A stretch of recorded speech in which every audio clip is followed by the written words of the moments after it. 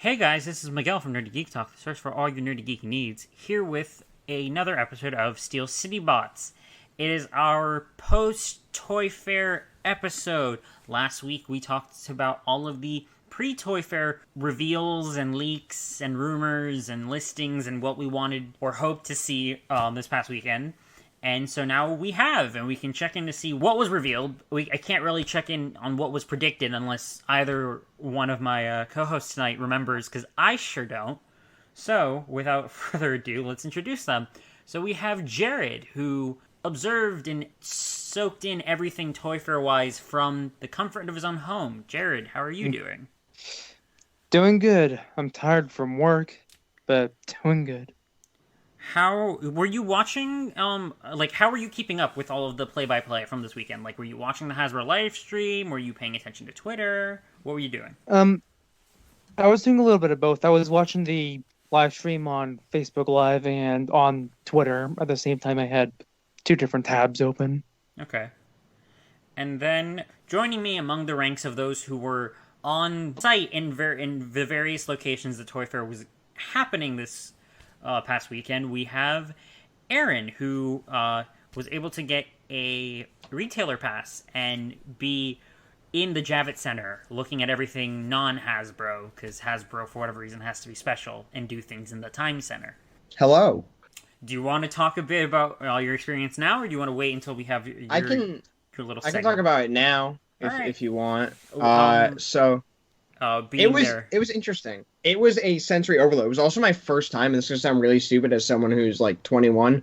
It was my first time taking like a public bus anywhere. So that was the first interesting thing. But no, overall, like it was a very interesting experience. I was kind of there where I shouldn't be for a couple hours. My boss was late. And for anyone who doesn't know, I work at a comic shop. That's how I was able to get a retailer pass, because my boss was able to get me one because we have accounts with a lot of the people who were there, so you can get in. It's like you just have to have like some form of connection to the toy industry, essentially. But my boss said to me, Aaron, I won't be there for a couple hours. There's stuff you can do outside of the area where like you need a pass to do. Just go down the escalators and there's probably stuff. So I went down the escalator and I walked in. Turns out I was where I wasn't supposed to be without a pass for about 2 hours. So I played the ultimate game of act like you belong for 2 hours. But after that, I pretty much, once I got my pass, I walked around freely. It like I said, it was sensory overload. Like, there was so much going on. But even when I got my pass, it was just ridiculous. They took my license, they did all this stuff to get me a pass, and then they hand me a pass with my boss's name on it. They took my license and asked how my name was spelt, and they still gave me one with my boss's name on it. So I have no physical proof that I was there beyond, like, some of the free stuff I got and whatnot. I have a pass, it just doesn't have my name on it. I mean, you have the photos at the very least to show that you were Yeah, there. I have the photos. Yeah, I took a picture with, like, the RX-78 Gundam and stuff, and the Goku. That was pretty fun. All the Lego minions that they made. Yeah, the Lego it was the most cursed thing I ever saw. Like, I even said to the person who took my photo, I was like, this is the most cursed thing I've ever seen. I need a photo with it. Yeah, I saw a lot of pictures of people. I saw a lot of pictures from other people in that same display, which was really funny. Yeah, it was just ridiculous. I took a picture with, like, the PJ Masks. Apparently Shaq was there, but I didn't see him.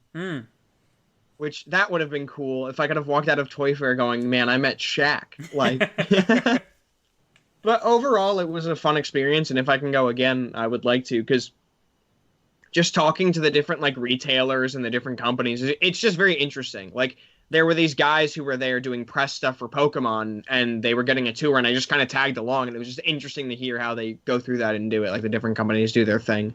So, the Funko booth was definitely the most, like, I'd say, like, inhabited one throughout the weekend, because compared to Diamond, which I would argue had one of the biggest booths, if not the biggest, it was very open. Like, the Funko one was very open, whereas the Diamond one was very enclosed, and had a lot of do not take photos of this signs. So it was very, very, like, hard to get around in some booths. But overall, it was fun. And I had a lot of fun meeting the different people and whatnot. I will say, one of the funniest parts was, do either of you watch, like, Kamen Rider? Well, I know you watch Kamen Rider, Miguel. Do you watch it, Jared? At all? Heard of it, yes. Watched it, no. Okay, so in Kamen Rider, they have the belts that they use to transform. Correct me if I get any of this wrong, Miguel. Sure. Because I'm just going off my basic knowledge from the first 10 episodes of Build that I've watched. Mm-hmm.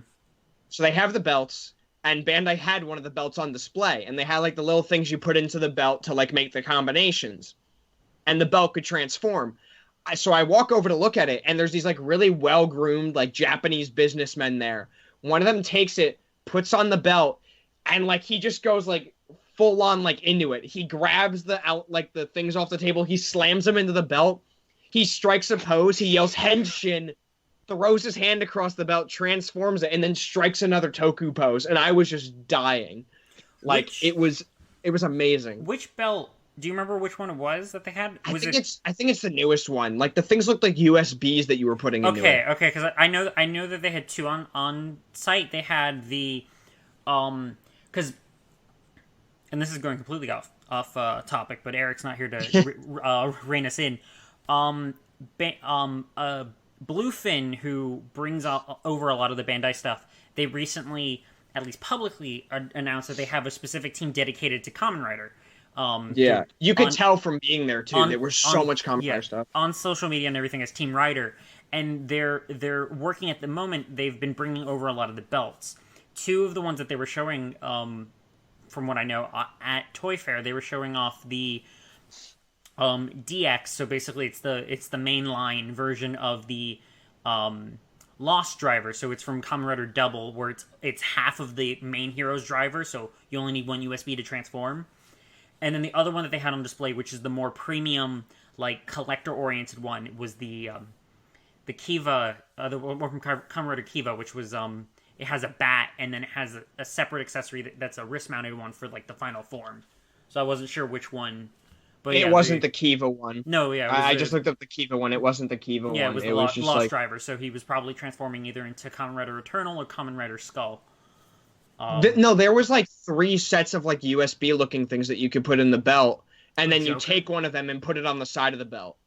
Right, yeah, because, If I'm thinking of the rig belt that they had, it only has one, like, in the front has one thing to put a USB in, and then has a thing on the side. No, it has 2. It had 2 in the front, and then one on the side. Oh, so they had a double driver. Oh, okay.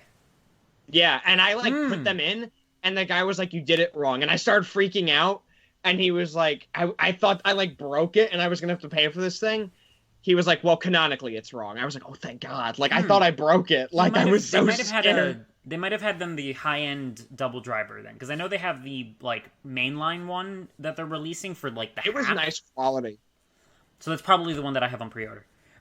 Yeah, no, it was cool, though, like, seeing these, like, just these really well-groomed Japanese businessmen, like, striking Toku poses in the middle of this booth. Like, people were having fun. Like, it was just a fun time. There was a kid riding around in a Power Wheel showing it off. Like, this one dude was showing me this board game, and he's like, just pointed at me. He was like, do you want to play the most awesome spelling game? I was like, I guess. Like, and I walked away afterwards, and I was like, did I just get assaulted? Wild. It was just interesting. Like, there was so much stuff there that was just, there were, like, people blowing bubbles. It was like a circus happening. There were literally people on stilts in clown makeup. I'm not making that up. That was a thing that was going on. It was a literal circus. That's actually really cool. The Hasbro the Hasbro showroom in the Time Center was not as whimsical, I'll say. Whimsical. we had a lot of stuff to do in very short amount of time. And now, just to preface this, I was on site at the Hasbro event, the Hasbro Entertainment Brand Preview Event. I was there with Anthony Brucali, friend of the show, from TFU. I wanted to meet him. Huh? I wanted to meet him. We were in the same building, but I didn't get to meet him. Maybe next time. So yeah, I was there. I was there helping Aunt Al at since my badge says TFU.info, so I was there on behalf of the site and everything, helping Aunt Al take pictures and whatnot, and just cover the event. Saw a bunch of people that I had seen during the press event at New York Comic Con. So saw Ben Yee, Monzo from TF Wiki, the guys from Unicron.com, Sabertron, TFW, tons of people. And that was a very packed day. Also Diecast from RFC, who was the first person, because we met up in Penn Station, and the first thing Diecast says to me is, "I lost my wallet," and I'm just like, you need your wallet to get into the damn building. Like, they won't let you in. Like, they told us, bring your IDs, and he's like, I'll figure it out. And thankfully, we got there a little early, so he did tell them, hey, I lost my wallet. I have here's the email. I'm supposed to be here. And he also, was able to find some of the Hasbro, the Transformers brand team, specifically be like, you, Ben Montano, the brand manager, he pointed at Ben, and it was like, you'll need to vouch for me if they don't let me in. He's like, you'll be fine. Which is funny. So we were in the auditorium during the live stream. We were there in, physically, paying attention to this presentation for the 2.5 hours or whatever that it ran. God, that's such a long presentation. It ran over, and it cost us time in the showroom. We only had an hour and a half to get into the showroom, take pictures, interview during our interview slot, and then wrap up and leave. Which was not enough time. A lot of people, but at the same time, a lot of people got stuff done. And from all the interviews and everything that I've been able to listen to at this point, that have been released by the different websites and whatnot, a lot of people were able to get good information, either from stuff that was there, which I was very appreciative of, or just trying to squeeze what they could out of John and Ben as far as what we could be looking forward to in the future, which we'll get into a little bit. But I haven't watched any of the I've been interviews. I'll probably post them. I've been as they've been coming out, I've been collecting them and just retweeting and stuff. I might put a post where I'm just hey, if you want to listen to any of the interviews from Toy Fair, because typically those interviews are where a lot of the best information comes from. They just get scattered and people don't end up listening to them or watching them. But yeah, we were in the presentation room, which was live streamed for the first time this year, which even despite that, Ben Yee and Ant still live tweeted a bunch of stuff, which was good on them to get that information out or clarify, because some people either weren't watching the live stream, or, and this is where I'll dig into Eric, who was on the RFC live stream reacting to the Hasbro live stream live. I'm saying live a lot. He was watching it without sound. So when you watch the RFC live stream, he keeps asking questions that they're answering as he's asking them.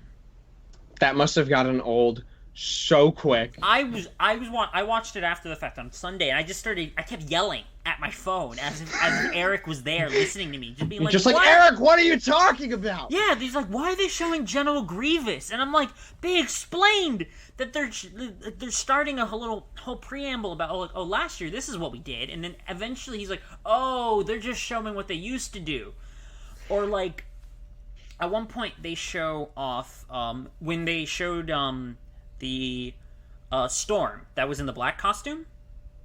They were talking about how we've finished the full Konami roster or whatever, and then during the whole thing, Eric's huh?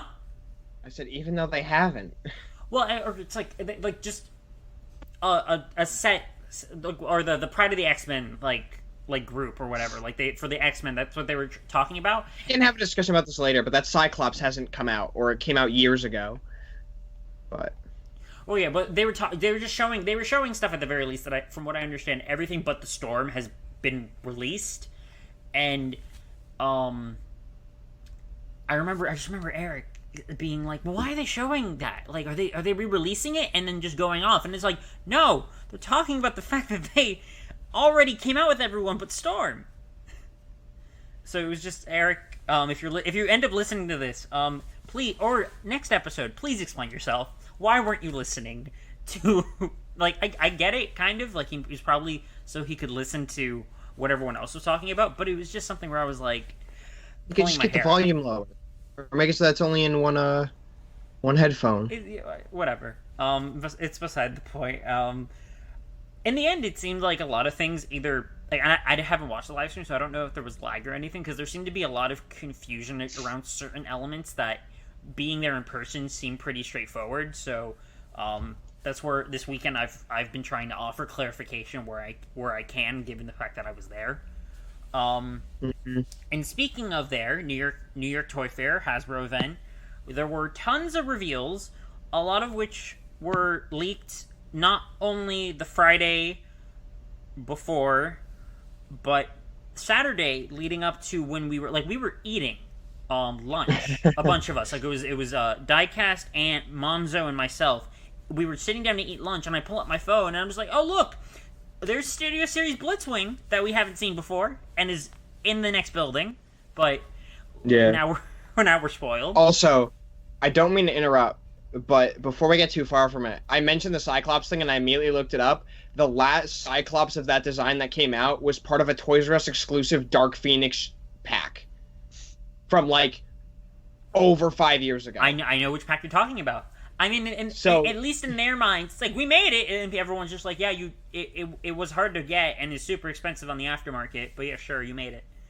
Yeah, and it's like, there's other Cyclopses now that don't look like the roster, but I can get them that way, I guess. Like, yeah. Anyways, reveals that got leaked. I just wanted to get back to that before I forgot, and we got too far from it. But yeah, there are tons of stuff, and the way we're going to just tackle this is we're just going to talk about the different types of, just like different lines and whatnot. We're not going to go into like the play. Originally, we were going to go like, oh, on Friday this is what we saw. On Saturday this is what we saw. But no, then we realized that was too hard to figure out. No, in the end, it's just Cyberverse, Studio Series, Earthrise, some other stuff which we'll go a bit more into later, and then I didn't put BotBots here, but that's usually Michael's territory, and I don't really want to navigate that. So if he shows up, he can talk to us about BotBots. Otherwise, we'll leave that for next episode.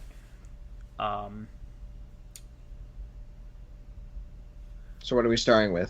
Starting with Cyberverse, since that's the first thing I have up. I don't know that a lot of what we saw at the show was just like first in-person like samples and whatnot of some of the stuff that they've showed off for Cyberverse Season 3, so that being Warrior Hammerbite, the Cybertronian Mode Starscream, Thunder. They didn't have Thunderhowl on display. They only had RC, Grimlock, and Hot Rod from the deluxes. RC in particular looked really good in person. A lot of the stuff just in general that was on display did. They had Wild Wheel, the flip up like translucent the cowboy. Armor. What was that?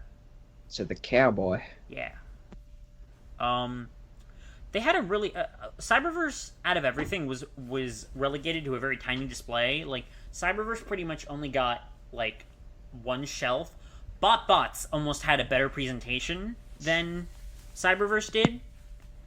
And then during the event, they did show off like they had screens all over that were looping through like clips of Cyberverse Season 3 and everything. Which, I mean, a lot of like at least me, I was there and I was like, I haven't watched a lot of these episodes already. I have to catch up. I'm in Season 2, I think. I mean, and even then, like. For anyone who either hasn't or is already watching the episodes that are available online from the UK broadcast, as has been asked by the Cyberverse, the crew working on Cyberverse, when the show does officially make itself available in your country, if you can, please watch it. Please support the official release.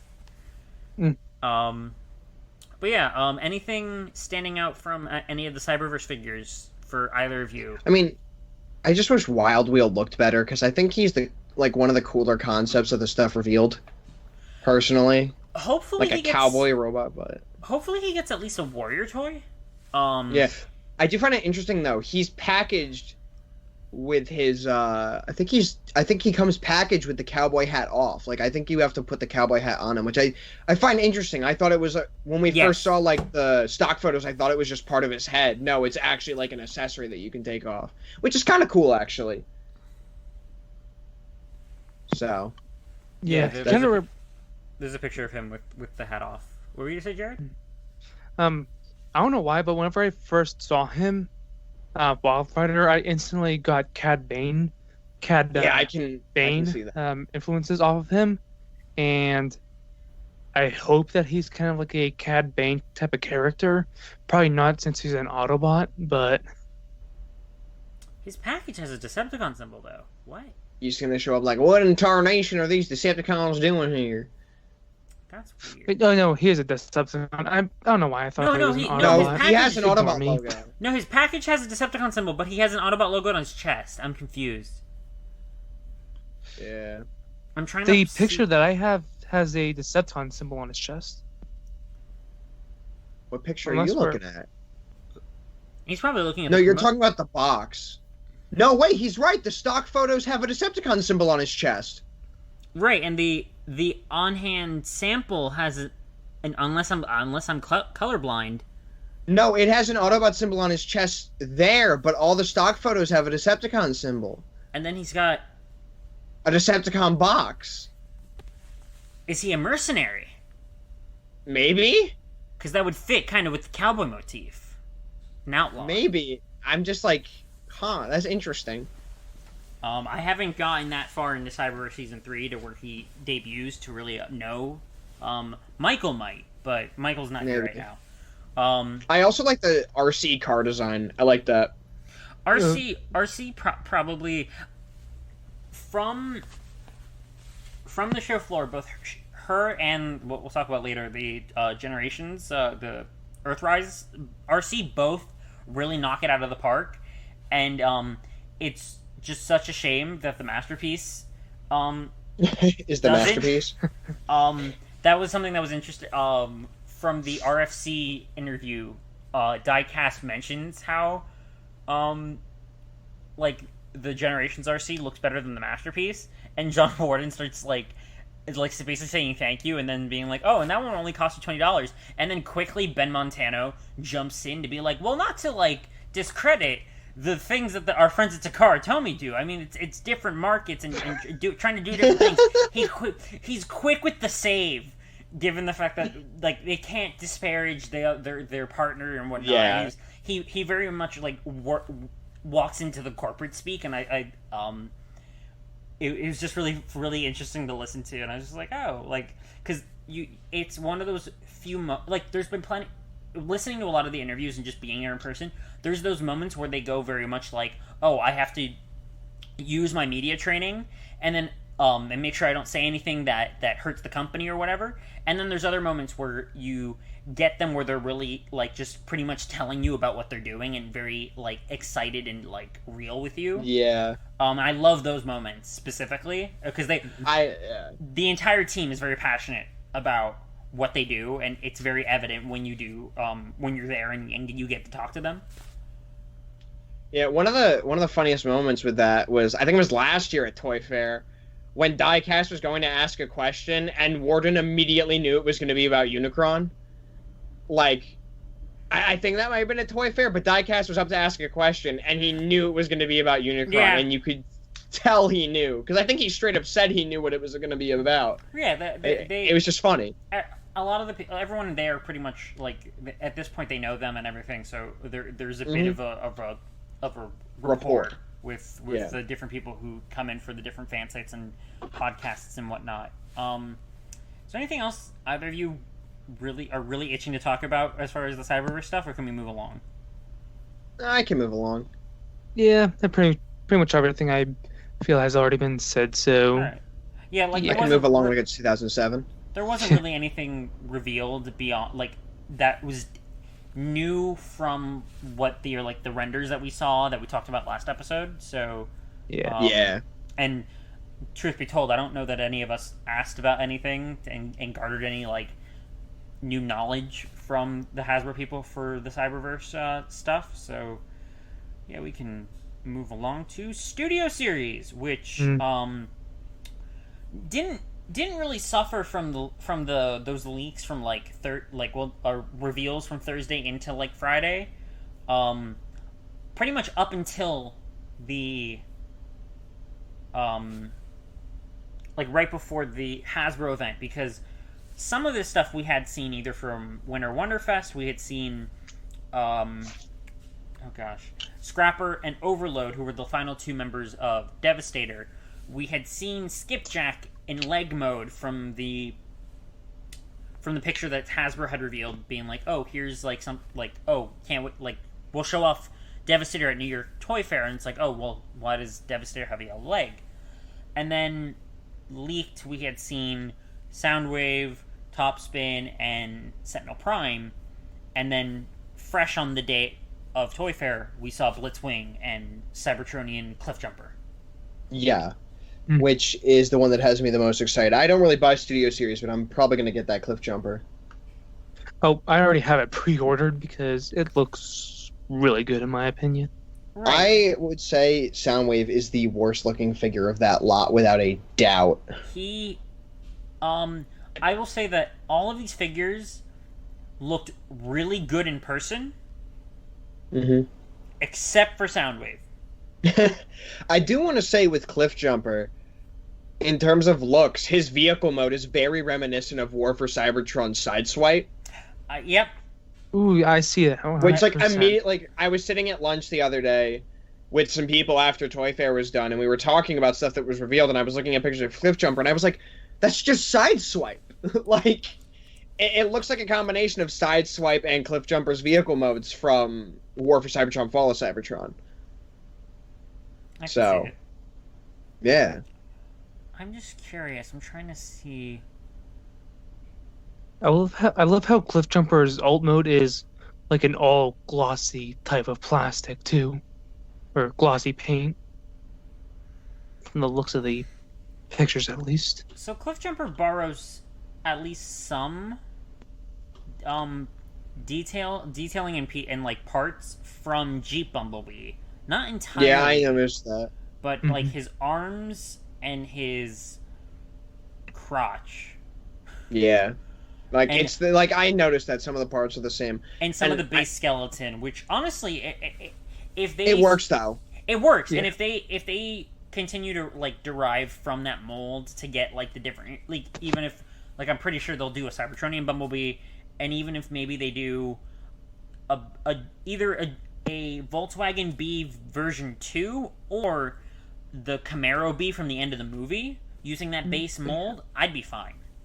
Because so far, this looks like it's going to be a really fun toy.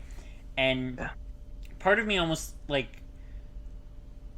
I could probably get Cliffjumper and not have to get the B, and wait for a potential future version of the B that I like a bit more. Yeah. You know what? I said that, but then I remembered that B fights Cliffjumper in the Jeep body. B fights Cliffjumper. B fights Blitzwing. B yeah, I was about to say, huh? He does not fight. No. What version of the movie did I watch? B fights Blitzwing in the Jeep body. So I might have to rethink this. But yeah, Blitzwing looks amazing. He does. Yeah, he looks pretty good. Even in person, like these all from, I think almost everything at Toy Fair was pretty much painted samples, except for maybe like some of the Wave 2 Earthrise stuff, but most of the stuff looked like Cliffjumper is clearly a painted sample. Cliffjumper and Blitzwing specifically were painted samples. Maybe some of the Devastator stuff wasn't, but everything looked really good. Sentinel looked amazing. I'm a little annoyed that he doesn't have his shield or his gun, his Cosmic Rust gun. Especially the gun, because I feel like that gun's pretty iconic, because it's the thing that he uses to kill Ironhide. Yeah. Poor Ironhide. So that was a little bit of a disappointment. Maybe that'll come with maybe if they do like make a Dark of the Moon Ironhide, which is just the first Ironhide, just without his arm cannons or something like that, and he comes with the gun that kills him. He comes with a bunch of extra guns, including the one that kills him. They would do something like that. The other thing I could see potentially is if they do some sort of special version of Sentinel from like the last scene when Optimus kills him. Yeah. Since I think Optimus kills him with his gun. No. No, he kills him with Megatron's gun. Okay. Yeah. All right. I will say, since it's in the gallery we're looking at, the 3A stuff, I saw that stuff in person in like the in the cases. They are enormous. Yeah, those they were there. Yeah, well, you can see they were there too, and they are big. Well, no, I saw like the full lineup together, like in a case. Mm-hmm. And they look so good together. Like I saw I don't know if you saw, but I posted a picture of the Soundwave, and it is so good looking in person. Oh yeah, all of these look really cool. The Optimus I had seen at TFCon, they had a I think I might have seen it. They had a sample. Oh yeah, you were there. They had a sample on it. Yeah. I think it was I can't remember who had it. Chosen Prime. Someone had it. But yeah, all of this stuff looked really cool. The Studio Series stuff seems to be going strong. It's a shame though that like I think Overload isn't supposed to be out until the fall. So, Scrapper is going to be released like maybe in like the next wave, along with Sentinel, and then Overload and Skipjack. So if you want to have those final two Constructicons to have your accurate Devastator with the yellow leg, and then just Overload, who's a core piece of Devastator, you won't be getting those until the fall. So we'll have to wait till the end of the year. If there's a TFCon Chicago, that's when we'll be able to have Eric build up Devastator live on the podcast panel to commemorate 2 years prior when he was like, "I'm gonna get that." Oh, it'll be great. And then Topspin, who we just need one more. We need Leadfoot to be announced or revealed, and then we'll have all three of the wreckers. I am almost certain that Leadfoot will be some form of Target exclusive or something. Assuming that they decide to use the branding and everything, like I guess they're on good terms because they had like Red Wing last year, so they might be, and Hasbro just has a bunch of Target exclusives, so I think there's a good chance that he'll be released that way. I'm just scared because the last time they tried to release a deluxe Target exclusive, it didn't happen for Leadfoot. Oh, yeah. They only released the Human Alliance one, and that got clearanced really quickly. Yeah. Yeah. Anything more anyone wants to say about any of the Studio Series? No, not that I can think of. All right. Nope, nothing. Rapid fire going through all of this. So now we get to, before we talk about Earthrise, which I feel like is a lot of the meaty stuff, I kind of want to jump to what was somewhat of a surprise, at least the one thing we really didn't know existed up until like last weekend. So for those who might not know, Netflix will be the place where you can see the War for Cybertron series that Hasbro is partnering with Rooster Teeth to produce, and then Polygon Pictures to animate. The first part of that series, Siege, based off of the War for Cybertron Siege toy line from last year, is set to debut, I think, in June? It's June or July? I think it was June. June. So set in June. It'll be 6 episodes on Netflix. And to tie in with that, there is going to be a Walmart exclusive subline re-releasing some of the molds and straight up characters from last year's Siege toy line with more battle damage, and in some cases, just straight up new decos and new characters. Yeah. With more copious amounts of deco and trying to emulate whatever they've done to the models. Like, something easy is like Megatron has very specific scratches and whatnot that his character model in the show has. I say this because they showed us a trailer at Toy Fair, and it's available now. Like, go search Netflix War for Cybertron and you'll find the trailer. It's not a bad trailer. No, I thought it was pretty. It was pretty all right. It seems like a step up from the Prime Wars trilogy. The voice cast seems to be a whole hodgepodge, though, of like internet people who were voicing in the Machinima series, and then I think the Optimus Prime, who's going to be in this series, is the same Optimus who's in Cyberverse. Yeah. So the lineup that we first were shown during the past weekend, we have the deluxes who there will be two waves of deluxes, 5 each, and they each come with a piece of a cardboard Teletran 1 like diorama that you can put together. So those are Hound, Chromia, Sideswipe, Decepticon Mirage, and Scrapface, who Aaron has lovingly coined Shithead, because that's basically what they're calling him. Yeah, because Scrap in Transformers is usually like the moniker for shit or crap. Yeah. So they basically named him Shithead. So yeah, Hound, Chromia, and Sideswipe are all pretty much the same or like taking those characters from last year and just applying more amounts of like battle damage deco on them. Scrapface is new. He is a reflector redeco, possibly either picking up from like a miscolor reflector in one of the Marvel US, I think it was the Marvel US books from G1, or picking up a G.I. Joe character's like color scheme. Like, there's been a few places where people have been able to pick that up from. And then Decepticon Mirage is Mirage in purple and gray with the Decepticon symbol. And he's literally called Decepticon Mirage. Yeah, that's his name. And apparently someone said that the idea for it might be that he's in disguise or something, and my only response, and I've said this, is that he can turn invisible. He doesn't need to disguise himself. That's not speculation. That's what they called him during the presentation. Decepticon disguised Mirage. That's so dumb. Which might be a spoiler. My whole thing might be like, he might just be going undercover because you can, if they think you're a Decepticon, you might get more information, or you might be able to actually ask for information versus if you're just invisible, chilling out in the Decepticon war room.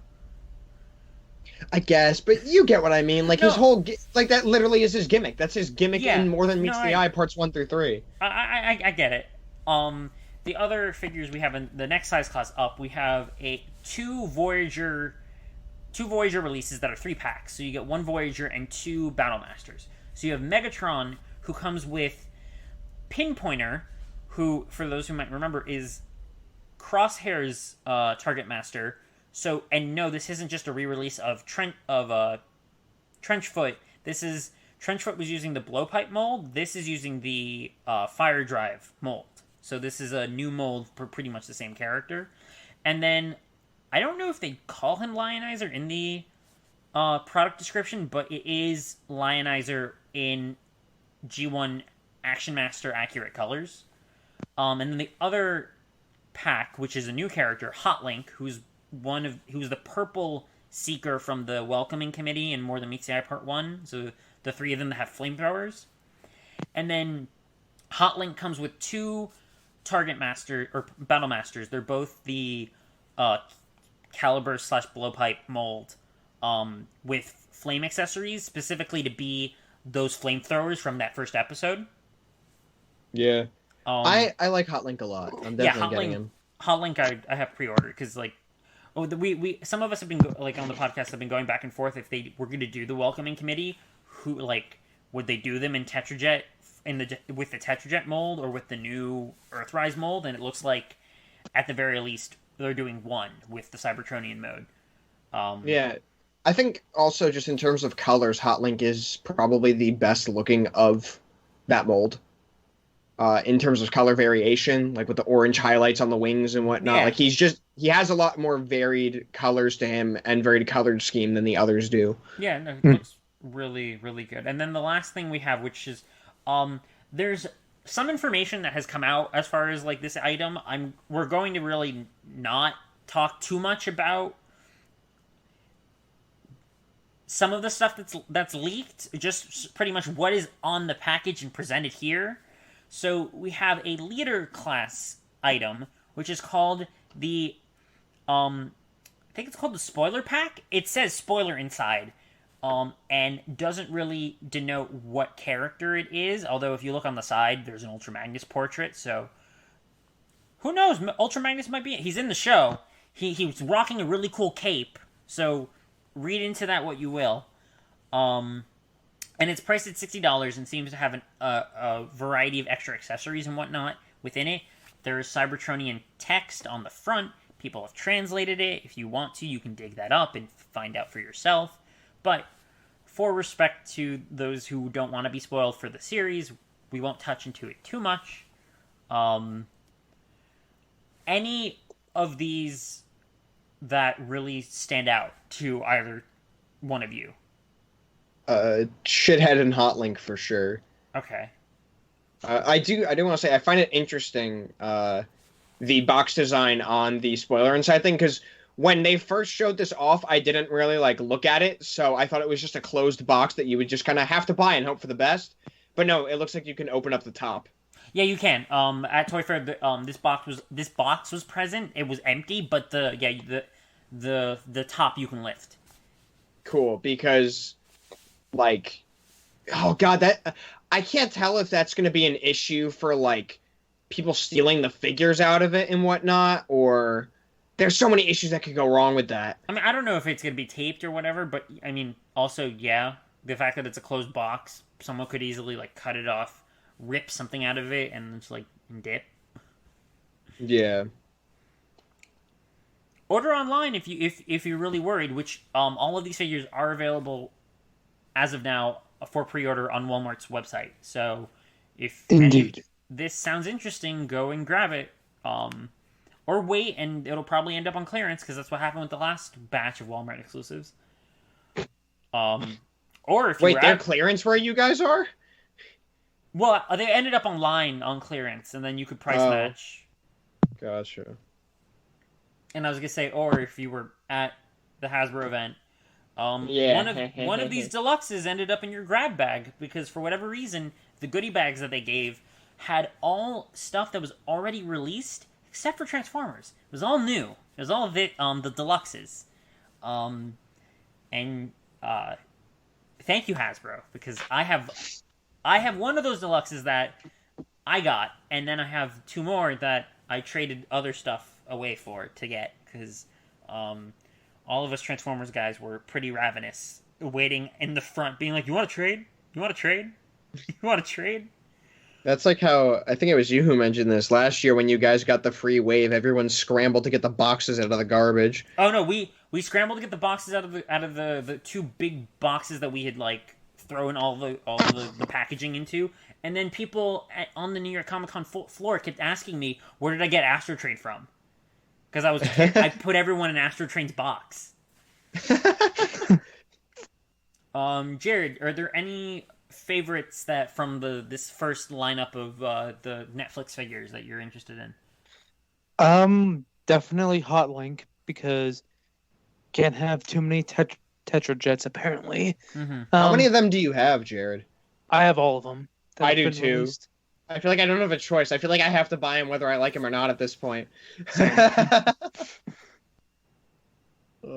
just Hot Link, or is there anyone else? Scraphead. I'm interested to see what they would all look together in a full camera mode. Yeah, having Scrap Face all together, that'd be an interesting looking camera. Yeah, I will say Megatron's color scheme is very nice. Yeah, I do like the silver on it. The amount they had they had these on display, and I'm pretty sure they were all production samples because Megatron was in package. And they all look Megatron especially looked beautiful, and even Sideswipe. The renders don't haven't been adjusted enough for how his deco is. He has this really interesting faded it almost looks like he's dead, actually. The figure, because I have him, almost looks like he's dead, and you can just kind of get the faint colors from after he went grayscale. It's actually pretty interesting. I haven't opened him up, or I opened Chromia. I haven't opened. I'm interested to see your pictures. Right. So if you want to see, I put up pictures and stuff of Decepticon Mirage, because those are the 3 that I have: Sideswipe, Chromia, Mirage. Hit up my Twitter at Logos Miner if you want to see those pictures, or if you go to T-Formers and you scroll, you'll eventually all my pictures were reposted there, given proper credit, of course, which was nice. But if we're done with that, then we can move along to the probably, I would say, thing that most people are excited about, which is the Earthrise stuff that was on display this past weekend, which this article also includes all of the stuff we just talked about. Cool. So there was a variety of things that had been shown off that had been either rumored or leaked or speculated on. As every year, there's one pre-order that goes up that kind of seems to be the big deal, and this year, for the selects, we had the Micromaster cassette 4-pack. I think it is called Micromaster Spy Patrol 3rd Unit in some places. So we have Rumble, the blue one, in this case, Wing Thing, so the based off of Soundwave's Action Master partner, and then oh god, I forget their names. One starts with an A, and the other one's something else, but they're double dealers. Knock and Scar. Oh, I thought one started with an A. Never mind. Knock and Scar, who originally were Double Dealer's Power Master partners, allowing him to transform into his respective Autobot and Decepticon robot modes, basically. They are both retools of the Rumble Frenzy and Wing Thing mold, respectively. You mean Rat-Bat? That's what I meant. What did I say? You said Wing Thing. Oh, well, yeah, Wing Thing, Rat-Bat mold. So the bat's got a new head, and then our humanoid friend here also has a new head, which isn't that apparent, but yeah, they both have retooled heads. And you might ask, okay, they're cassettes. How does that help with Double Dealer? There's a leader class Double Dealer also coming out. Double Dealer has a compartment in his chest where you can fit, at the very least, one cassette at a time. I don't think anyone got a confirmation if both of them can fit. But Double Dealer does have the space for it. And that was the big, this is up for pre-order now, it's hot, go get it. I think Pulse already sold out of it. I got mine on Big Bad. I shared stuff I shared the link to Big Bad on our group chat when Michael was like, hey, it's sold out already, and I was like, oh, well, here, Big Bad, go. It's coming out next month, according to Big Bad. Oh, cool. It's on my March pre-orders, because I have a few things pre-ordered. Alright. Oh, well, you sure it's March? I thought it was May.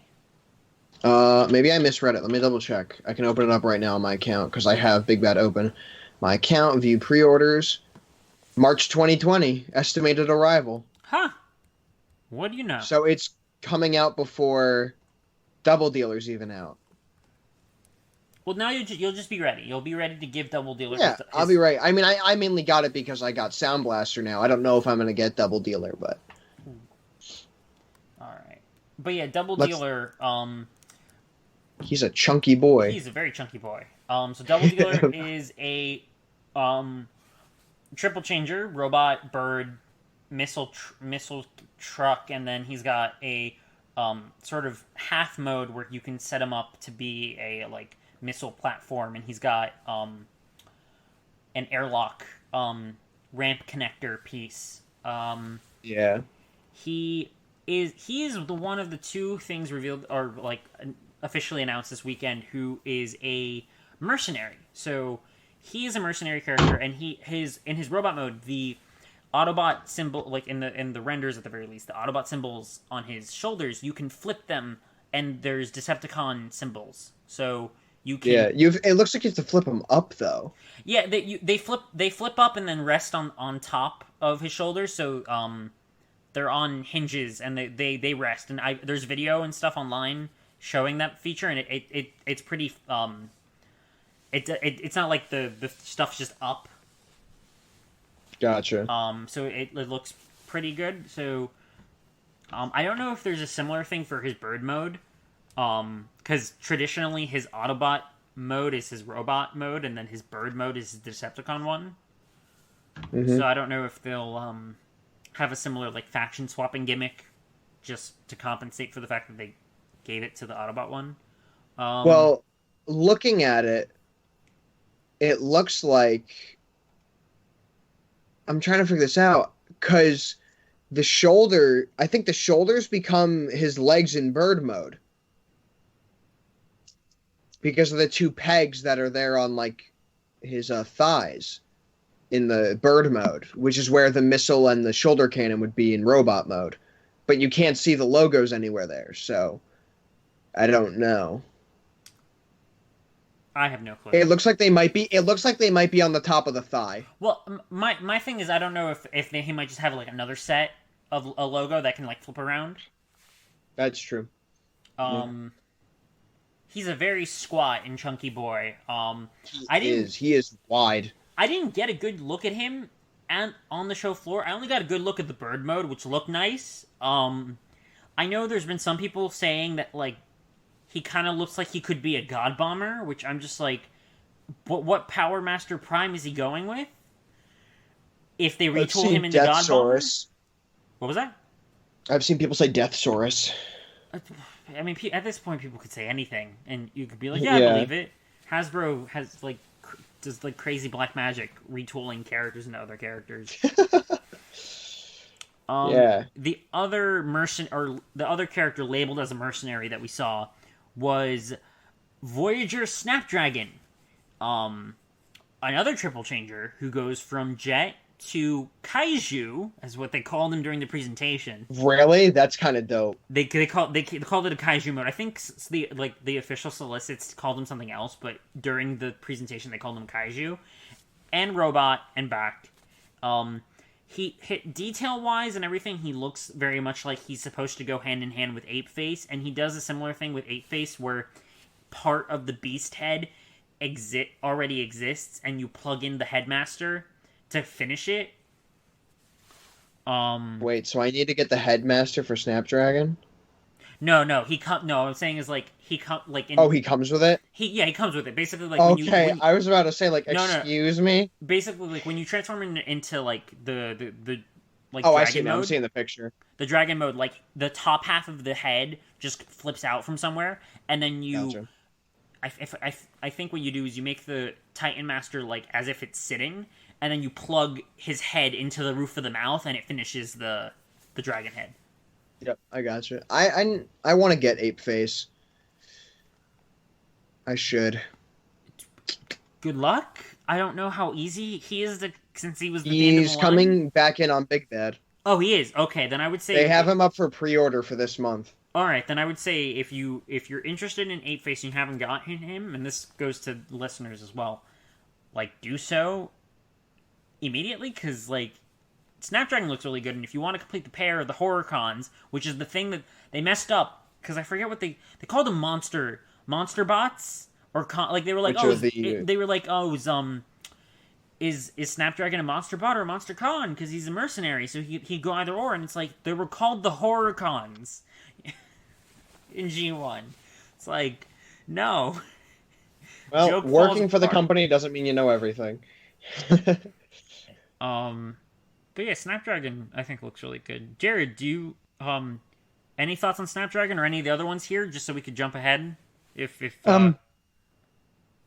I like them a lot. They both look really good, and they'll probably look, especially Snapdragon. He'll look really good next to my Ape Face, which I did look up, and he is available on Amazon for those who might be curious. Ooh. Warning: do not be surprised if your box comes damaged, because Amazon has a nice way of shipping. But yeah, these guys look really good, and I am most likely to buy all of them. Is there who else among the Earthrise reveals? Are you? Run Amok for sure. Okay. Let's talk about Run Amok then. I do want to say that before we move on. I noticed that Snapdragon reuses some engineering from Overlord, and I thought that was interesting. Does he? Where? A bit. I think his arms reuse some of the engineering. The only thing that's changed is the middle joint, but the way the arms close up and the way they fold out and the way the wings fold out from it into the plane mode are like the same exact as Overlord's. I noticed it because when I was looking at photos, I had Overlord in my hand, and I was like, are those his arms? Because they're even on the same type of soldier. They're even on the same type of shoulder joints. I can kind of see it. So I thought it was interesting. Like the shoulders are kind of the same. The tops of the arms, the bottom of the arms. The only thing that's different looks to be the joints because they need to do that double fold for the beast mode. Right. Otherwise, they're basically the same exact shoulder and arms. Just thought it was interesting to point out. Mm-hmm. So moving along, you mentioned Run Amok. So the fan vote winner of this year, not a retool of Wheeljack like a bunch of people were thinking. I don't know why anyone thought that. I mean, people are just like, oh, the similar silhouette and and and whatnot, and also they Run Amok and Runabout were like last time that they made Generations ones were retools of Wheeljack, so. That's true, yeah. Or even, was it Wheels? It was Wheeljack. I'm just trying to think if they were... No, it was Wheeljack. No, well, what I'm trying to think is, did they use the Wheeljack tooling or the... Or the tracks? No, they used the Wheeljack. They were shorter. Yeah. But yeah, I wish he had more color. Like, I wish they had thrown in the orange a bit, like in the Marvel Comics and whatnot. Mm-hmm. They made him very, G1 cartoon, which isn't the best look for him, personally. They went so far with the dedication as far as like their character. Well, I say there because like this is going to be retooled into, or even probably just straight redecoed into. No, retooled because they have different heads. Did Run Amok and Runabout have different heads? Let me look. Because I have TF Wiki open right now. Runabout did have a different head. Yeah. His is kind of rounder. They do. I remember they do have different head designs. I don't know if this one is... Because I know for the club, I think the club did somewhat of a composite between the two of them, so they could just do one head for the both. I don't know if this does that, but... In the cartoon, Runabout and Run Amok have the same head, and they're going with the G1 cartoon design, so it might just be a straight recolor. Well, in that case... but no, just for the sake of their character model, they have the mold has faux wheels that come out so that there are two wheels on the bottom of the foot. Oh, and they're fake? One of them's fake. There's one that flips out, and it's the one that goes on behind, and it's fake. Oh, that's cool. So it's kind of like the which was a little like annoying to see. I'm interested. Like, this should be the perfect time, especially since they're with Marvel now, for them to do a, oh god, what's her name? The villain from the Marvel Comics. That got paralyzed and got the suit, and she, like, fought Starscream and fought these guys when they showed up on Earth. Circuit Breaker. Like, to do a Legend Circuit Breaker. Like, they did Death's Head. They could do Circuit Breaker. Like, come on. This would be the perfect time to do it with Run Amok and Runabout coming out. This is where Aaron, for whatever reason, channels Headmaster Don from RFC. What? Because he asks about that stuff all the time. Does he really? Yes. He asked for Circuit Breaker. He asked for a lot of the like Neo Knights and all that from. I'm not into the Neo Knights. I'm just saying I like my Marvel like G1 stuff, and I want a 112 Death's Head, not a Death's Head 2. But yeah.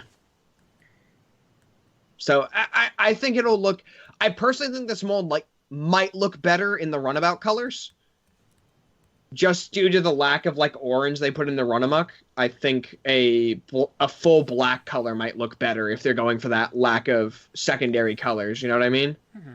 I mean, even then, the sample that they had on the floor, if the deco, because I think the deco is different a bit from the renders that they put up. It looked nice, like, and the mold is. It seems pretty tall, at least because a lot of people. I say really pretty tall. It's not as small as the Cliffjumper mold, which I know. I got you. And to that end, Wheeljack, because both Wheeljack and Cliffjumper seem to be a little bit on the short side. Yeah. And this one seemed pretty comparable with the also on the floor the new Smokescreen, who. Like, I'm sorry if you bought the Generation Selects, but they're making another Smokescreen.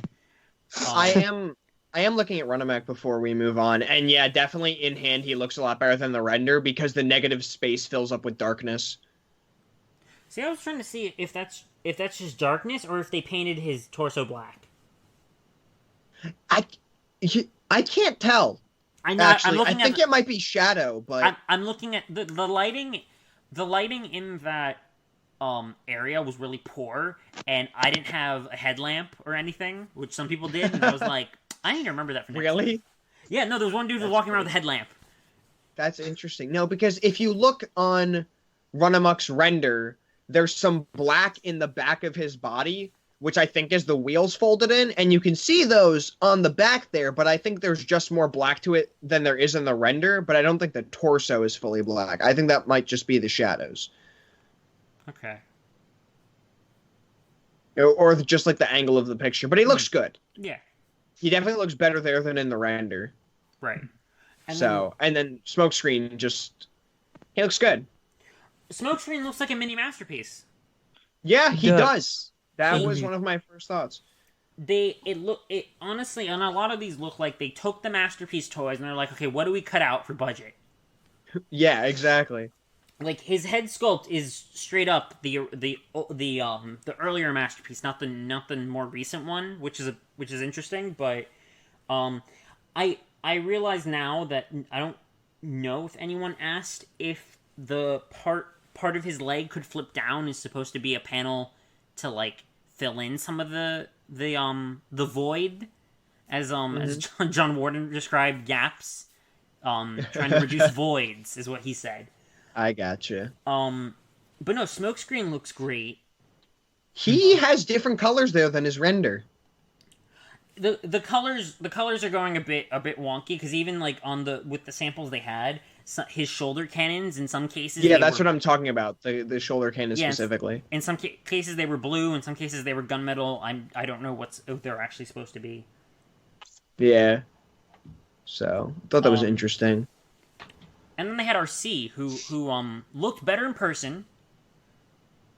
I like how she looks. I am excited to get that RC figure. For those of you who are concerned about the animation accuracy of her feet, Why is that a concern? Since when is Transformers a foot fetish thing? Her feet are supposed to be white, and her ankles are supposed to be gray, and they're pink for whatever reason. Apparently, that's just due to the materials used. They couldn't really, and I guess probably deco budget. The portion of her vehicle mode that turns into the hoverboard thing can go into her backpack, so you can like just store all of that on her back, and she doesn't look too bad with it. She honestly, like, I did not like the renders when I first saw them. I was like, okay, I'm not gonna get this. Then after seeing her in person, I was just like, nope, I have to go. I already have it pre-ordered. Like, I have to go get it. She looks great. This is a good year for both Cliffjumper and RC. Like, it is. You're right. All they have to do now is announce a Masterpiece Cliffjumper, and then we'll have the trifecta. You got one for your movie shelf, you got one for your generation shelf, and then you got one for your Masterpiece shelf. And then one for your movie Masterpiece shelf, where he will do the same exact thing that MPM Jazz does, except long ways. Except down the middle, yeah. You can hot dog him. Oh, man. Put a little relish on there. Aaron's going to weird. You were the one who brought up how people are having foot fetish problems with RC. No, I said people had problems with the color. You were the one who brought up fetishes. I'm just saying, when your main issue with a character is the feet, then you probably have something about feet. All right, moving along. When Eric's not here to control things, I can just run wild. I'm still here. It's not 100% wild. The last, I think the last three. Well, I say last three. There's still the two big guys. Yeah. But before we get into the big guys who looked amazing, they had one slide in the presentation that was all about Quintessons. So we have the Quintesson Judge, who's a Voyager class figure, comes with, which is interesting. It's the five faces. It has a face there's a button you can press so the faces rotate. Ooh. I think 3 of the 5 faces also have movable mouths.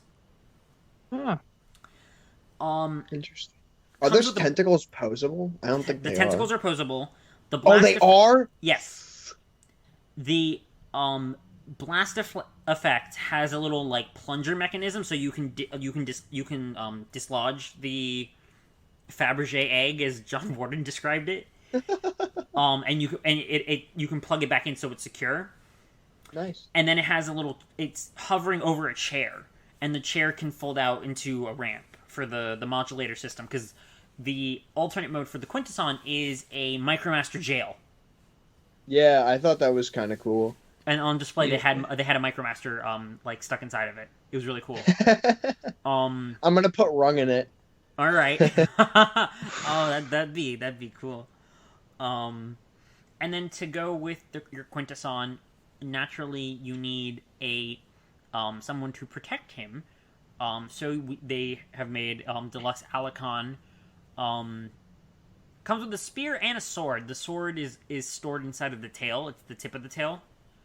And it looked better. Like it was mistransformed in the renders. It was transformed properly on the show floor. I don't think anyone asked if it could assume more of the long stance that it has in the animation from the G1 cartoon. Yeah. It might not. So how do you mistransform a render? I don't know. It's some special talent right there. And then the last thing that they announced, which was this was the one thing here where we actually got our first glimpse at the event, was Battlemaster Slitherfang, who turns into a shield/ramp. I love Ninjago. And is based off of one of the designs that was not used in Headmasters because there was in the Headmasters series in Japan, there were a series of heads with no bodies that were just like, here's a bunch of extra Headmasters, and they either had robot modes or they had beast modes and turned into heads. And this was a concept from that sort of series that didn't get made. The only time that this this design's actually been used was for a third-party kick, maybe 10 years ago. Yeah. The head robot's Toxin, I believe his name was. So you would transform it into the head and everything. This time, no head mode, it seems, just the ramp. But still cool, and branded a Quintesson, so it's another troop builder. Yeah, that I find interesting. So I'm interested in how much stuff we're going to get Quintesson-wise down the line. Because we have a couple mercenaries. Yeah, a couple mercenaries. We have 3 Quintessons off the bat that we're getting announced. Are we going to get more for those as the line goes on is the thing. It'd be interesting, especially since, at the very least, round out the ones who are in the 86 movie. So do the Bailiff and do, the um the prosecution guy. The guy who's like guilty or innocent. Right. So do the guy guy who says that, and the guy who pulls the lever. Yeah. So do those two, and I think that'd be good. Mm-hmm. It'd be interesting if they did like the other Quintesson designs that show up, like the scientists, but I expect we'll get third-party kits for those, I bet. Maybe if this like starts a resurgence of third party doing quints. But yeah, these fun, or not fun fact, but just like another thing. If you're listening to this, assuming this goes out, the week after Toy Fair, so from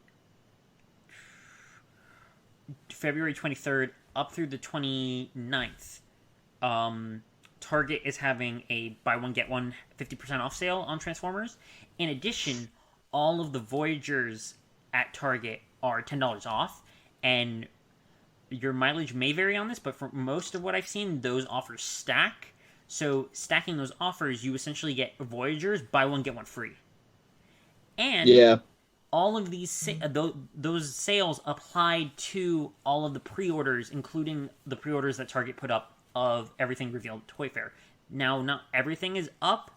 The two larger size classes, the Commander and Titan class we'll talk about in a bit, haven't been put up, but everything else has.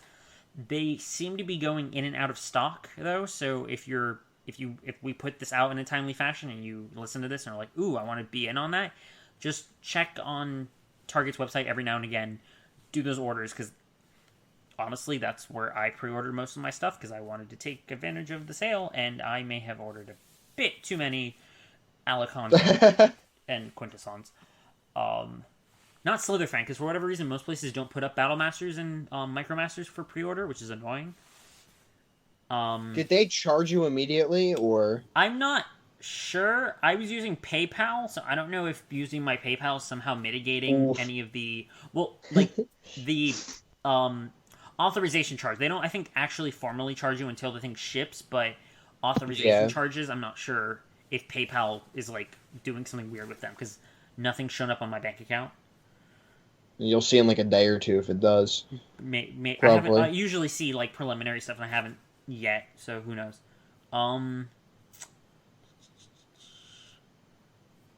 mean, that's... I'm just interested to see where they expand these other, like, what's it called?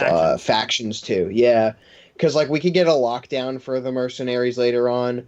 And there's also the fact of, like, with all these Quintessons, we know that from the map, Junkion's on there, Velocitron's on there, and Tilla's on there, so I have to assume that Quintessa's going to be on there at some point. Right, and it's a matter of also, I think, like, for some of these, do they tackle them, or do they start to tackle them in Earthrise, and then they finish them off in the next series, with whatever... Yeah, that too. With whatever, I guess, explanation they give as to how the characters chosen relate in, like, whatever story they kind of are telling for the series. Which we still have no idea what it really is, because it's super disjointed. The explanation that John Warden was giving, which was a bit more cohesive compared to the one he gave at New York Comic Con, was essentially the story of Earthrise is the journey from Cybertron to Earth. That's why they all have Earth modes already. So you have the early battles on Earth, but you also have whatever weird stuff that the Transformers may have encountered while journeying to Earth, like the Quintessons, or characters like Skylynx and Scorponok, who are... Yes! Are two... Perfect segue. Thank you.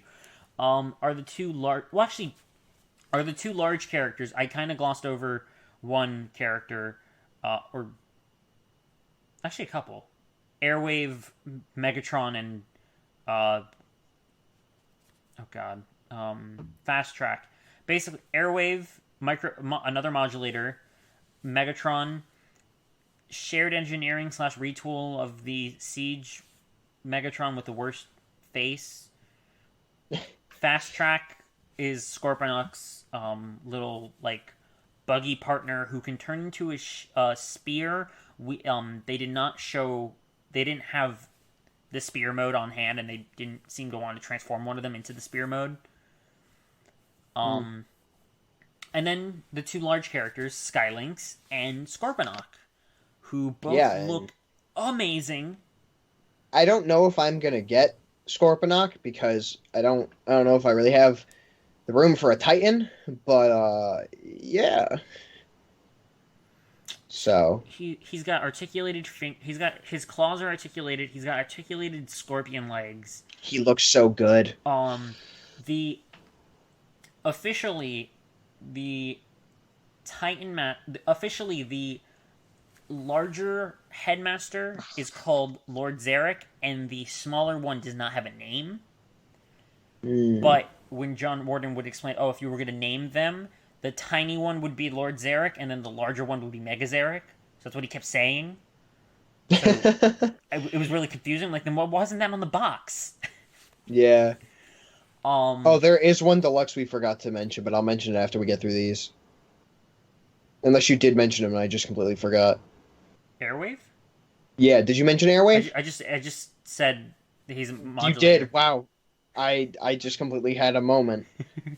It's all right. I thought you were talking about Fast Track for some reason. I was like, huh? You see, I like quickly went to Fast Track. But yeah, Scorponok, base, Scorpion, robot mode. He looks good. He does. He on the official product copy says that he's 21 inches tall. I used a AR measurement app, and I got 22 inches, but there may have been a whole slew of things wrong with my calculation. So he's about anywhere from 1 to 2 inches shorter than Fort Max, which isn't terrible. Which he should be. He should be, though. He's always been shorter than Fort Max. I wouldn't know that off the top of my head, but Well, his original toy was shorter than Fort Max. Well, his original toy was, yeah. And I think he is in the shows as well. But this is a much fairer matchup for him, I think, than in the G1 toy line. He looked phenomenal. Yeah, everything I've seen of him looks phenomenal. He has a bunch of different little ramps and whatnot. He has a compartment where you can store the head mode of the headmaster when he's in city mode too. That's cool. Which might line up with his robot mode chest, which is a weird headmaster's or not headmaster's Master Force homage, because that's where Black Zarek's Zarek head was. So that'll be interesting. But he looked phenomenal, and then the other, which his colors are amazing. Yeah, no, his colors look really good in person. And which is nice is that to stack up against him, you have the another base former essentially with Skylynx. Yes, and I love how Skylynx looks. Skylynx is a 5-changer in this line. God, because he has his Dino Bird mode, Lynx mode, the combined Skylynx mode, the shuttle mode, and then a shuttle platform base mode. And for both Skylynx and then we talked about these last time, but the Micromaster Combiner, who's a spaceship, Hasbro officially partnered with NASA to have NASA branding on it and try to get both get any of the space vehicles as accurate as possible to real world. And which is so cool. Skylynx was also given an official name for his shuttle mode, so his shuttle is called the Magnificence. Ooh, that works so well for Skylynx.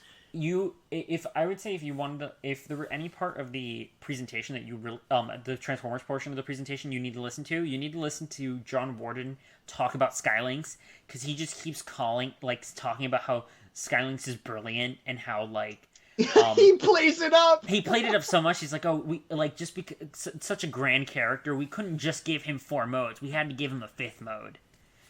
That's great. And John Warner mentioned about how he's very much a space geek, so he Skylynx was sort of a pet project where he tried to get as much of the details of the shuttle mode as accurate as possible. That's cool. I think it even says Magnificence on the side of it. Yeah, no, it says it on the side. It says NASA and the Magnificence on the side of the toy. I like how in shuttle mode it looks like if you were to lay the shuttle down on the platform they transport them on. Or like they used to transport the old rockets on. You know what I'm talking about? Slightly, yeah. You mean How the they brick? used to put the rockets, like the Apollo rockets, on the giant moving tank, essentially. Okay. Didn't they? It looks like that. Okay. At least to me, I don't know, because there's treads on the bottom which become his feet. No, I can. I don't know what it sounds like based on what you're describing. I get it. I don't know what you're talking about specifically. So I. If you looked up like Apollo rocket transport, you could probably see it and know what I'm talking but about. I can see from what you're describing. Yeah, I could see that. Yeah, I think it's like all the different parts of his modes just work so well together. It looks amazing, and then one of the things there's a video that Unicron.com got where they were able to they got John Warden to show off some of the features in Scorponok, Skylynx, and on the Quintesson. Skylynx is pretty interesting because his neck and tail are both segmented and have like soft to hard ratchets in both of them, and the neck kind of accordions out from the inside of the body, and it's so I can cool. see that. And then they have some the tail does a similar thing, and there's like part of the rear of the rocket unclips, so you can pull the tail out. So and it maintains the silhouette. It's just a lot of little details that are really cool. That's dope. And then the other thing is they had a sample version. It's non-final of Skylynx's box, and eagle-eyed people were able to see on the box that on Skylynx's box you see Ramjet, Thrust, and Dirge all in vehicle mode. Interesting. So that pretty much confirms that they're all going to come out. Yeah. Do we want to talk about the portion of Skylynx that was canceled? All right. So in the product copy that they put out with all the press releases and everything, there was a mention of a Micromaster Astroscope who turns into a satellite mode that Skylynx it said will come with. Monzo from TF Wiki was able to reach out to the parties, the people at Hasbro, and get clarification that this was originally intended to be part of the package, but due to, I guess, budget reasons, they had to strip him out. So there will be no Micromaster satellite that's coming with him. Although that would have been amazing to just have a little cherry on top. You can see the remnants of it in the renders.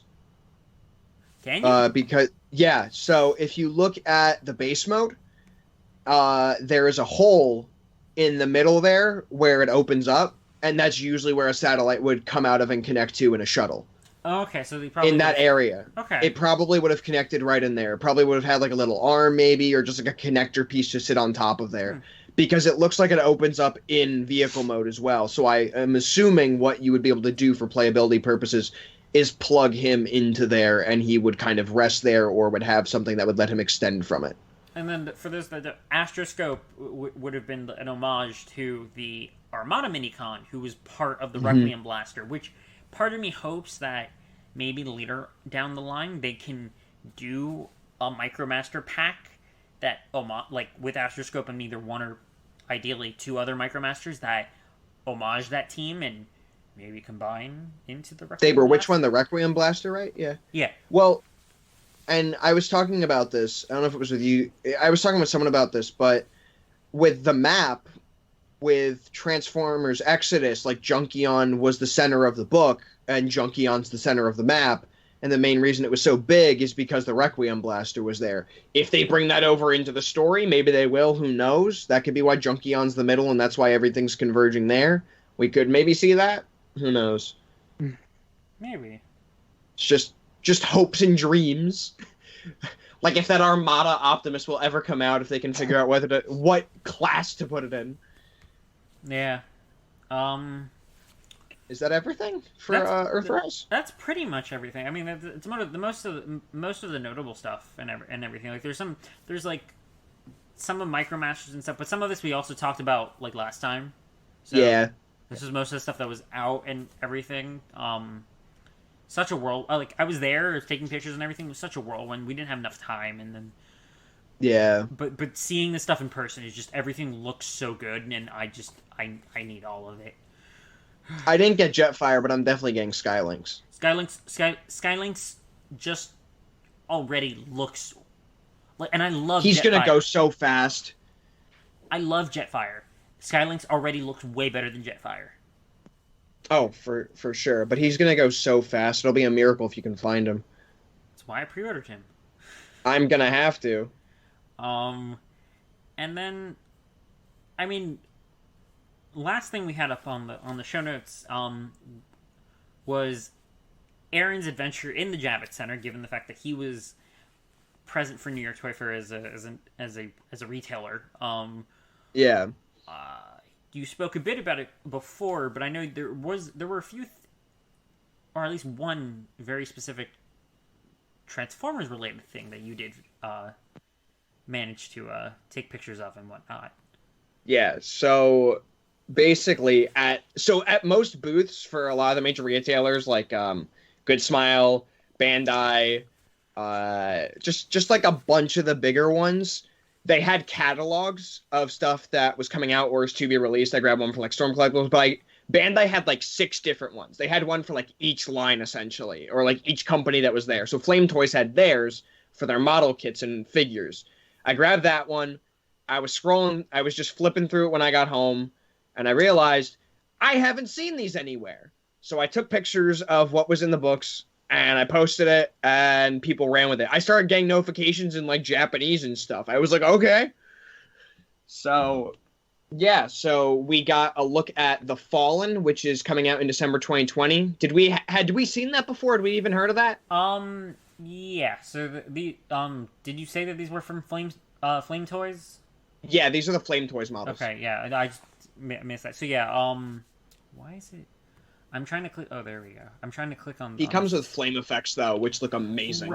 Right. The Fallen. He's a retool of Tarn. We had seen this. We had seen some of this before. I'm not sure exactly if we had seen these photos specifically, but we knew that the Fallen retooled from Tarn was going to happen. Yep. Then we have Star Sabers getting a partner with Victory Leo, and they will combine into Victory Saber. Right. We knew about this. I don't know if we saw these pictures specifically, but yeah, this has been known, so it shows like, hey, this is going to come out. Then there was the red version of Bumblebee model kit, which is coming out in June, which you said we didn't know about. From stuff I've seen seems to suggest that people didn't know that this existed, and a lot of people have affinity for the red Bumblebee because for whatever reason, a lot of people ended up with this version rather than the yellow one as their childhood toy. Yeah. So, and then there was the Ultra Magnus IDW version, which is just IDW Prime, but white and blue. And it doesn't look bad. It looks really good, actually. Oh, it looks pretty snazzing, and it's August 2020. So. Yep. And then the next tweet was I posted the pictures of Leo Prime, which I'm not sure if that's a model kit or a figure that's coming out. It's a model kit. So gotcha. All the Beast Wars ones are from the model kit line. All from the same designer, if I remember right. Yeah, he looks amazing, Leo Prime. If he's gonna look that good in model form, I hope he really does. But he comes with a cape, comes with the giant lion shield crest on his shoulder, which you can remove. So he only has the mane, then you can remove the mane, so there's like nothing beast on him except for his legs. And then I just posted some pictures of Primal that we hadn't seen. Because we only got that one image of him, but the booklet had like him doing action poses, some closer up detail, and he looked good. And the only one on display there that of like the recent pictures we got was Rodimus. He was the only one there. Primal wasn't there, Windblade wasn't there. So that's weird because Rodimus isn't even in the catalog. It's just line art. Yeah, he might have been, and I might have only posted the line art. I have it right next to me. I can open it up if you want me to. I mean, no, it's fine. I mean, it seems like Yeah, no, it was cool looking line art, so I thought I would post it. Right, no, but it's just interesting. Like for the catalog, they had line art, but then for the show, they had the actual. Yeah. Like No, he was fully there, and it looked really good in person. And if anyone cares, at the back of this, I didn't post it, but they're coming out with an Arkham Asylum Arkham Knight model kit as well, or figure. I can't really tell. No, it's a figure. Yeah. So, and I'm looking through this right now. Earlier in the booklet, they do have more pictures of stuff of Rodimus, and the picture they have is once again just line art. There's no actual picture of Rodimus in here. It's just all line art and sketches. So, that's interesting. But yeah, so that was interesting to find. And then what was it? We were going to talk about the Super 7 stuff next, right? I mean, that was next on the show notes. A couple other things. The Nendoroids that had also been shown off at Winter Wonderfest were on display, and then the Super 7 looked good in person. The Super 7 booth had a couple of things. Their super. So they're releasing the Super Shogun 24-inch Optimus Prime, which apparently they had been shown off at some point years ago. But that's coming out. Super Cyborg 12-inch series, Optimus and Megatron were on display, along with the Soundwave teaser, and a Cobra Bat teaser. Yeah, and a Cobra Bat. That is true. They also had the bat, and then there's 3 Megatrons in this picture. For Super Cyborg, there's 3 different ones. Yeah, they have, and there's 3 different Optimuses. Yeah, they have a bunch of these variants that they've done. Crazy. And then and then they also showed off a bunch of the reaction series. I don't know if all of these have been solicited, but at the very least, this might be the first time we've seen a bunch of them. Astro Train. This is the anime. This is the cartoon. So Rumble, Blue, Shockwave, Alpha Trion.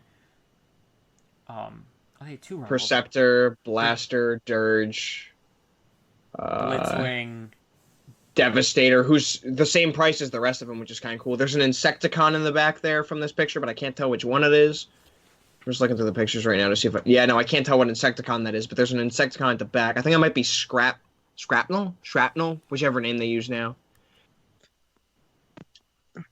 Behind Astro Train. Oh, yeah, that's Shrapnel.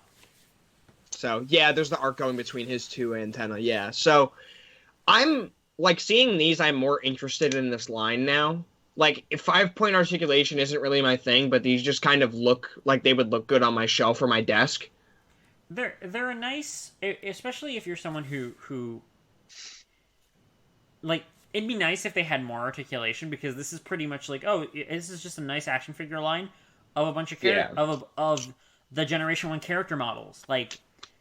Slavishly accurate to the Generation 1 cartoon, or at least probably for the most part. I bet if you really picked at the details, you could see where Blaster's legs are slightly too long, or colors being off, since a lot of times they might pick up fan made character sheets rather than model sheets rather than the actual ones. Especially for colors, but yeah, these look nice. The fact that they're $20, I think, a piece, is a bit annoying. Yeah, they're 18, 17. Okay, so yeah, anywhere in that range. Only one at this point that I'm going in on is Alpha Trion, because they're on sale on Amazon right now, though. Oh, they are? For a few bucks off, yeah. I think the lowest is 13. And then the next one is 15 and 16. So they're on sale for a few bucks. Well, do they have Alpha Trion? No, Alpha Trion's not up yet. I'm talking about the current run that's out, and that's Optimus. See if they had, because I know some places have these up for pre-order, and have for a while. That's how because there was a list available of all the ones that are coming out for I guess the second wave. They're up for pre-order on Big Bad. Oh, Mirage is in it too, as well as Grimlock. Those weren't in the pictures. I'm looking at the list on Big Bad. So yeah, it's Shrapnel, Mirage, Grimlock, Skyfire. Those are all ones we couldn't see from the picture. Prowl, we didn't see. Reflector, we didn't see. So there's more to be revealed at some point. Yeah. Oh, Devastator is slightly more. He's 24. I'm sorry. Oh. That's a my mistake. But yeah, so those are pretty cool. I mean, some of them I might get depending on like I probably am gonna get the Alpha Trion. So I oh no, have wait, to no, there's because... two Devastators coming out. There's a big Devastator and a normal sized Devastator. So I was right. Oh. I'm not crazy. Alrighty then. So Well, I think that pretty much rounds out. do we want to cover the supposed leak that happened right after Toy Fair? That's how long have we been running? How long have we been? In the event that we don't have much news to talk about, considering the fact that post Toy Fair there's usually a drought, we might save that for next week. That works for me. Also to see if other stuff comes out, because has been steadily stuff trickling out that's ruining SDCC for us, but SDCC's always ruined. Right, but like the fact that it's being ruined the day after Toy Fair is pretty, that's true. Pretty amazing. I want to see if more info comes out, or we just get more stuff. We'll have to see. And then Jared, what is our pretty pre-order for this week? If I can get to it. Come on, please. I mean, you know what it is. Scrap Face from. Maybe he forgot because we were going so long. Oh no, I knew it was. But I was just waiting for the page to load. It's Scrap Face.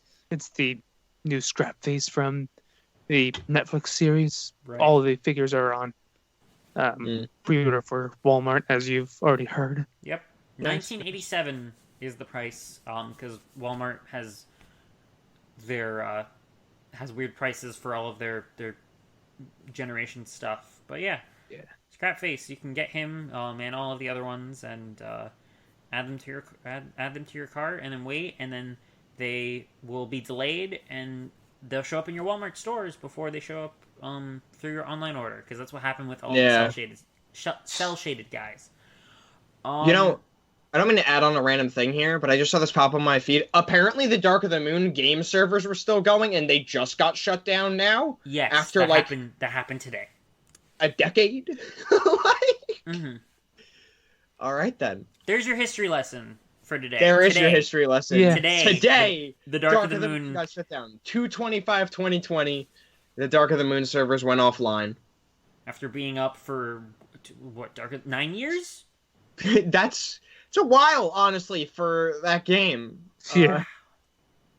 And our mascot for this week is War for Cybertron Trilogy Netflix Bisque, leaked via Walmart specifically, because pretty much everything from this past week and was leaked through the Walmart app.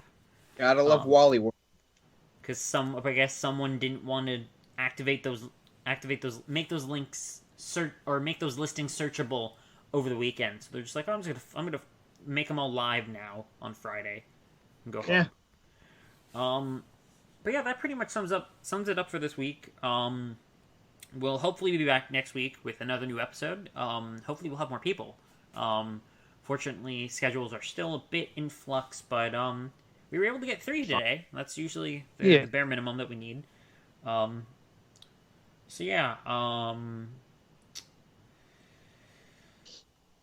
Aaron, where can people find you on the internet? People can find me on Twitter and Instagram at Mariasha, MAROYASHA. And come join me in my escapades. Jared, where can people find you? You can find me on Twitter at DreadPrime. That's where I'm at basically all the time. So, yeah, that's all that I have. DreadPrime_. DreadPrime _. Gotta be specific. And that's underscore the character, not underscore the word spelled out. That is Zeus. At _ Zeus. All spelled out.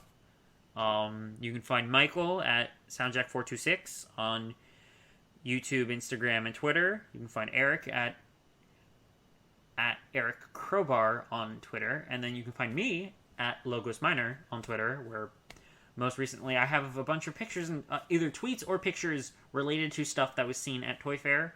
For the pictures I took on the show floor, you can follow at TFU_info. to see all of those, that's Ant's Twitter. I was helping him out, as I've mentioned plenty of times tonight. And again, thank you, Ant, for having me tag along and helping you and whatnot, and ultimately receiving some more free swag. And we gotta get ourselves a press pass, man. That's a conversation for later. And then if you haven't already, follow the Steel City Bots accounts. So it's at Steel City Bots on Twitter or at Nerdy Geek Talk for podcast feeds and whatnot. Search Nerdy Geek Talk wherever you listen to podcasts to get this show and any of the other shows in the event that they somehow come back. That pretty much sums it up for this week. So until next time, bye-bye. See ya.